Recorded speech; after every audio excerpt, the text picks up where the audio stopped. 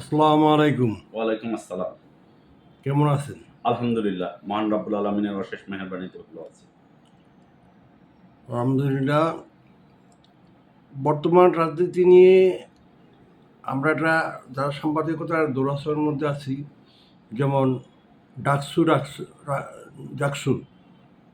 Dhaka university এবং জাহাঙ্গীরনগর ইউনিভার্সিটির নির্বাচনে বিএনপি, আমরা বলতেছি ভোট সুষ্ঠু হয় নাই, কিন্তু তারা বলতেছে সুষ্ঠু হয়েছে, প্রশাসন বলতেছে সুষ্ঠু হয়েছে। কিন্তু এই যে নির্বাচন দুটা হলো, যে বিএনপির যে এটা ভরাডুবি, এই প্রেক্ষাপটে বর্তমান রাজনীতি সামনের সংসদ নির্বাচনে কোনো প্রভাব ফেলবে কিনা এ ব্যাপারে কিছু বলেন। আচ্ছা, আমি প্রথমেই বঙ্গ বিডি নিউজ 24 টিভিকে ধন্যবাদ জানাচ্ছি। সাম্প্রতিক সময়ে ডাকসু এবং জাকসুর যে নির্বাচনটা হলো, ডাকসুতে ভোটার হচ্ছে মোট 40,000। তার মধ্যে 30,000 ভোটার ভোট প্রদান করেছেন। বিএনপির একটা প্যানেল ছিল, জামাতের একটা প্যানেল ছিল বা অন্যান্য দলেরও প্যানেল ছিল। কিন্তু আপনারা লক্ষ্য করে দেখেছেন কি এই ভোটের রেজাল্ট মাত্র 30,000 ভোটের রেজাল্ট ফলাফল ঘোষণা করতে নির্বাচন কমিশন মানে ঢাকা ইউনিভার্সিটির নির্বাচন কমিশন প্রায় 12 থেকে 14 ঘন্টা সময় লেগেছে। 30,000 ভোট গণনা করতে কি এত সময়ের প্রয়োজন? এবং এই ফলাফলটা একটা হাস্যকর ব্যাপার, কারণ এই ধরনের ফলাফলটা কোনোভাবেই প্রত্যাশিত নয়। কারণ যারা আজকে ডাকসুতে বিপি বা জিএস নির্বাচিত হয়েছেন, এরা কিন্তু একসময় ছাত্রলীগ থেকে আসা এবং এদের অধিকাংশই ছাত্রলীগের অধীনে ছিলেন, ছাত্রলীগের বিভিন্ন প্রোগ্রামগুলোতে অ্যাটেন্ড করতেন। তো এখন এই গুপ্ত সংগঠনের লোকেরা এরপরে 5ই আগস্ট হওয়ার পরেই এরা তাদের পরিচয় জনসমক্ষে প্রকাশ করেছেন যে আমরা শিবিরের লোক, কিন্তু এরা গোপনভাবে। তো এরা নির্বাচনে ডাকসু নির্বাচনে প্রচুর টাকার খেলা হয়েছে, কোটি কোটি টাকার বাণিজ্য হয়েছে। ভোটারদেরকে প্রলোভন দেখানো হচ্ছে, ভোটারদের অভিভাবকদের প্রলোভন দেখানো হচ্ছে। বিএনপির জিএস বা বিপি প্রার্থী কিন্তু এত টাকা খরচ করেনি, কারণ বিএনপির প্রার্থীরা হচ্ছে তারা চেয়েছে সাধারণ স্টুডেন্টরা যেন তাদেরকে ভোট দেয় ভালোবেসে। আর জাহাঙ্গীরনগর ইউনিভার্সিটির রেজাল্ট তো আপনারা নিজেরাই দেখেছেন, মিডিয়ার মানুষ যেহেতু আপনারা 3 দিনে ফলাফল ঘোষণা হচ্ছে।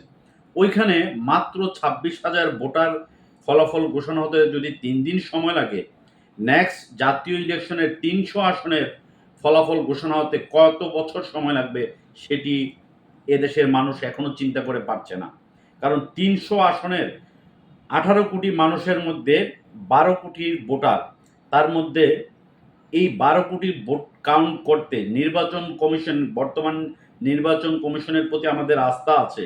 তারা কত দিন বা কত বছর লাগবে জানি না। যদি এই ডাকসু বা জাকসুর মতো এই নির্বাচন কমিশন এইরকম হয়, তাহলে কাঙ্ক্ষিত ফলাফল পাওয়া দুষ্কর দায় হয়ে যাবে।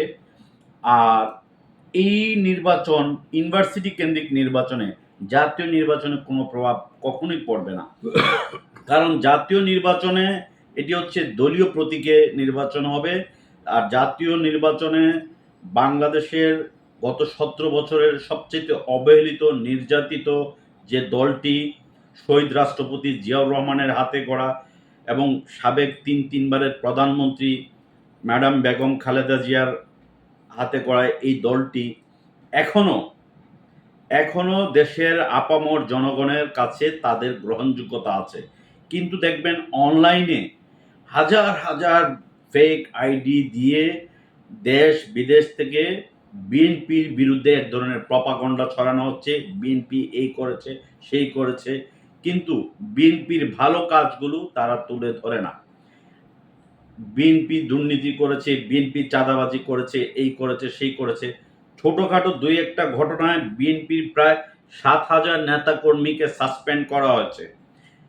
আমাদের ভারপ্রাপ্ত চেয়ারম্যান কিন্তু সুস্পষ্ট গতকালকে ঘোষণা দিয়েছেন, দেশে কিন্তু আরেকটি গুপ্ত স্বৈরাচারের আবির্ভাব ঘটতে পারে। অতএব আমি বিএনপির নেতাকর্মী বা বিএনপির সমর্থকদের বলব, এখনই আপনারা প্রতিটি মানুষের ঘরে ঘরে গিয়ে তারেক রহমান সাহেবের 31 দফার যে দফাটা আছে সেটি সবার কাছে পৌঁছে দেওয়ার জন্য এবং ৩১ দফা মানুষকে বোঝানোর জন্য যে ৩১ দফায় কি কি আছে, আগামী দিন বিএনপি রাষ্ট্র ক্ষমতায় আসলে দেশের মানুষের জন্য কি কি কাজ করবে সেটি কিন্তু ৩১ দফায় আছে।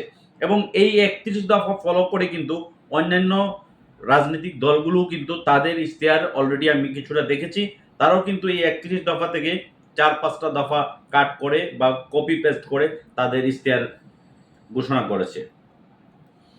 ধন্যবাদ। এই জামাত এবং চরমোনাই এরা পিয়ার পদ্ধতি নিয়ে আজকে ২ মাস যাবৎ উঠে পড়ে লাগছে। বাংলাদেশের সাধারণ জনগণ পিয়ার কি সেটা জিনিসটা জানে না। আমি আমার সংসদীয় আসনে আমি আমার পছন্দের প্রার্থীকে ভোট দেবো, এটাই হলো বাংলাদেশের গণতন্ত্রের নিয়ম। কিন্তু সংবিধানে নাই পিয়ার, কোথাও পিয়ার নাই, কিন্তু তারা এই পিয়ার নিয়ে ৫ দফা নিয়ে তারা আন্দোলন করতেছে।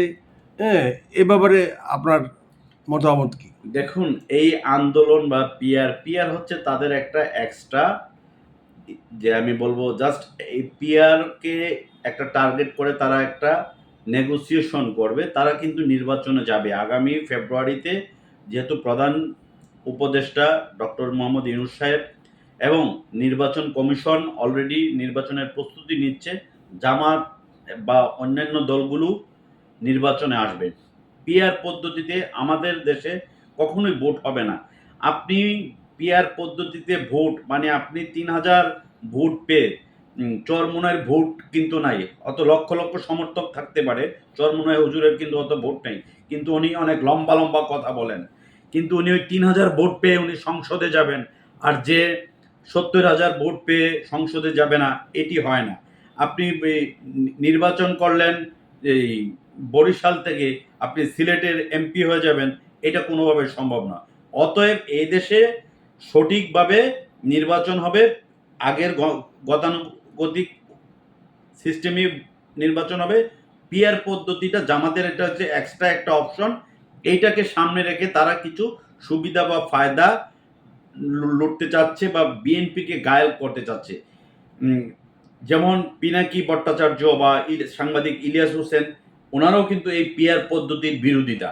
ওনারা কিন্তু জামাতের বিভিন্ন বিষয়ে বিএনপিকে ঘায়েল করে ইউটিউবে ভিডিও ছাড়ছেন এবং ওনাদের ভিডিও জামাতপন্থী লোকেরা দেখছেন। কিন্তু সাম্প্রতিক গত সপ্তাহে ওনারাও কিন্তু পিয়ার পদ্ধতি চাচ্ছেন না, কারণ পিয়ার পদ্ধতিটা বাংলাদেশের সাধারণ মানুষ, খেটে খাওয়া মানুষ বলুন, সচেতন মানুষ বলুন, কেউ পছন্দ করছে না। তো এই অতএব পিয়ার পদ্ধতি এদেশে কখনোই গ্রহণযোগ্য হবে না। এবং আমি আরেকটা কথা বলবো, এই দেশে ৭১ বিক্রি করে বা ধর্ম বিক্রি করে আগামী নির্বাচনে সংসদে যাওয়া যাবে না।